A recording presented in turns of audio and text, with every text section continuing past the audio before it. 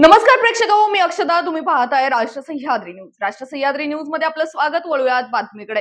वरणगाव येथील फॅक्टरीमध्ये चार्जमन पदावर कार्यरत असलेल्या एका अधिकाऱ्यानेच सैन्य दलातील वापरण्यात येणाऱ्या AK-47 बंदुकीची 5 काडतुस हा अधिकारी चोरून नेत होता. प्रवेशद्वारावरील सुरक्षा रक्षकांच्या तपासणीत हा प्रकार दुपारच्या सुमारास उघडकीस आलाय.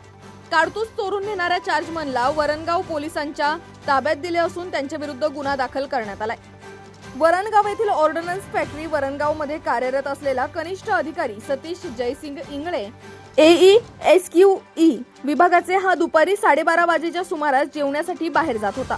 फॅक्टरीच्या बाहेर जात असताना त्याच्या जवळील MH11 AT-1504 सायकलीची सुरक्षा रक्षकांनी झडती घेतली. यावेळी त्याच्या ताब्यात आयुध निर्माण येथे तयार होणारे अॅम्युनेशन 7.62 ची एक AK-47 शस्त्र वापरली जाणारी 5 जिवंत काडतूस मोटारसायकलच्या हेडलाईट कव्हर खाली मिळून आले. तसेच बंदुकीच्या गोळ्या देखील त्यांच्याकडे सापडल्या असून त्यावेळेस सुरक्षा रक्षकांनी सुरक्षा अधिकारी यांना बोलावून घेतले. सदर बाब सांगितली असता त्या सुरक्षा विभागाच्या ऑफिसमध्ये बोलावून नंतर पोलिसांना बोलवण्यात आले.